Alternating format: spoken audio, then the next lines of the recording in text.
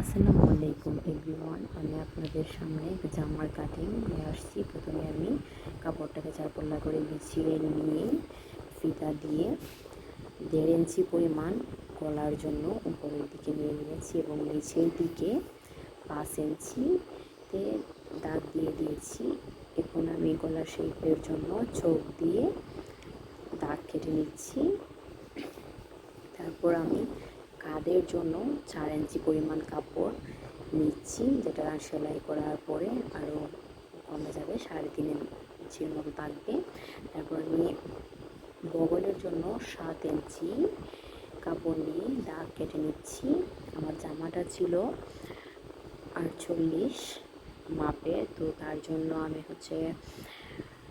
52 ইঞ্চি কাপড় নিয়েছি। 52 ইঞ্চিতে দাগ কেটে নিয়েছি, যাতে আমার কিছু কাপড় সাইড দিয়ে থাকে সেলাই করার পরেও। তারপর আমি এটা একটা 4 কোণ শেপ করে দাগ দিয়ে নিচ্ছি। এখন আমি ফিতা দিয়ে 2 ইঞ্চি 2.5 ইঞ্চিতে একটা দাগ দিয়ে দিচ্ছি। তারপর এটাকে আমি রাউন্ড করে নিচ্ছি বগলের। এটা প্রত্যেকটা জামার বডির অনুযায়ী হয়। তারপর এখান থেকে আমি কোমরের সেলাইয়ের জন্য 13 ইঞ্চি নিয়ে নিয়েছি।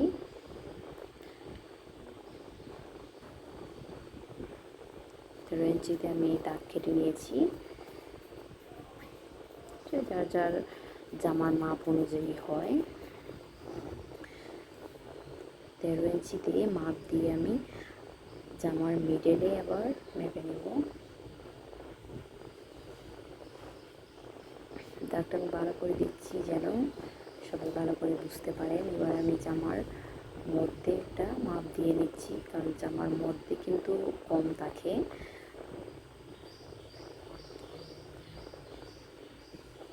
জামার মধ্যে নিয়ে নিচ্ছি আমি 12 ইঞ্চির দাগ কেটে আমি এটা ভালো করে চোখ দিয়ে দাগ কেটে নিচ্ছি। তারপর আমি নিচের দিক কাটবো। নিচের দিক কাটার আগে আমি গলাটা কেটে নিচ্ছি। আপনারা যারা সেলাই কাজ শিখতে পারেন না, অবশ্যই কার কিসে প্রবলেম হয় কমেন্ট করে জানাবেন। আমি চেষ্টা করব আমি যতটুকু পারি আপনাদেরকেও বুঝিয়ে দিতে, আপনাদেরকে শেখাতে। আমি ওই রকমভাবে প্রফেশনালি শিখি নাই, আমি আমার নিজের কাপড়গুলা সেলাই করার জন্যই চেষ্টা করে একটু চেষ্টা করে শিখেছি, যেটা বলতে গেলে শখের বসেই শেখা। আপনারাও যারা আমার মতো এইভাবেই শুধু নিজের জামা কাপড় সেলাই করার জন্য শিখতে চান, অবশ্যই আমাকে কমেন্ট করবেন। এটা আমার ফার্স্ট ভিডিও, তো প্লিজ ভুল ত্রুটি হলে ইগনোর করবেন, আমার দৃষ্টিতে দেখবেন। এবং আমার আপনারা যারা প্রথম আমার ভিডিওটি দেখছেন, অবশ্যই আমার চ্যানেলটি সাবস্ক্রাইব করে পাশে থাকবেন, লাইক কমেন্ট করবেন। এবার আমি জামার নিচের অংশটা মাপবো, যেহেতু আমার জামাটার বডিতে কাপড় অনেক মোটা একটা জামা, যার কারণে নিচের দিক দিয়ে আমার খুব একটা কাপড় ছিল না। সমান করেই কেটে নিচ্ছি।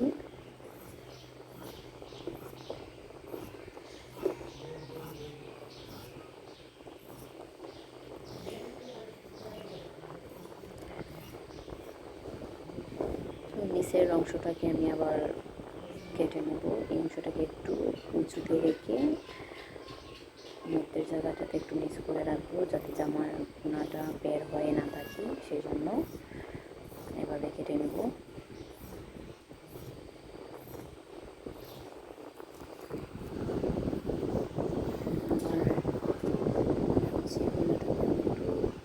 বেশি কেটে ফেলছি, তো কেটে নিচ্ছি, শেপটা সুন্দর হয়। আমার জামার বডি কাটা শেষ।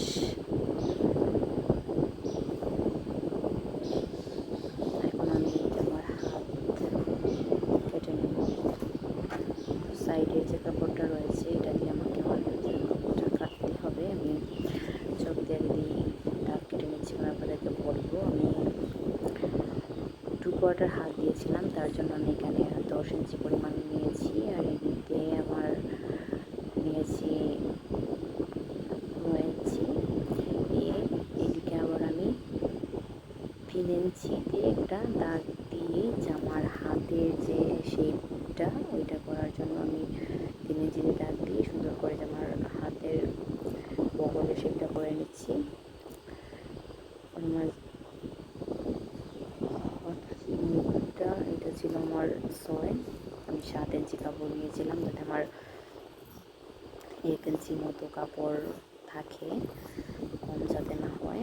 হাতের কাপড়টা চেষ্টা করবেন একটু বেশি কাটার জন্য, কারণ বেশিরভাগ সময় হয় কি হাতের কাপড়টা কম হয়ে যায় আর জামার কাপড়টা একটু বেশি হয়ে যায়। সেই জন্য সবসময় চেষ্টা করবেন হাতের কাপড়টাকে একটু বেশি করে রাখার জন্য বগলের দিক দিয়ে। তো আমি এবার হাতটাও কেটে নিচ্ছি। একটা হাত এখানে কেটেছি, আর একটা হাত আমার ভিডিও করা হয় নাই, দিয়ে কেটে নিয়েছিলাম। এবার হচ্ছে আমি আমার জামার গলার যে নিচে যে একটা পট্টি দেওয়া হয়, পট্টিটা আমি কাটবো। অবশিষ্ট যে কাপড়টা রয়েছে এখান থেকে আমি এখানে আমার 2 পল্লার একটা কাপড় আমি নিয়েছি, নিয়ে আমার জামার গলাটা এটার উপর বসিয়ে দিব। বসিয়ে দিয়ে ওইটা অনুযায়ী আমি কেটে নেব, যাতে করে আমার বড় ছোট না হয়। তাই আমি গলারটাকে বসিয়ে কেটে নিচ্ছি।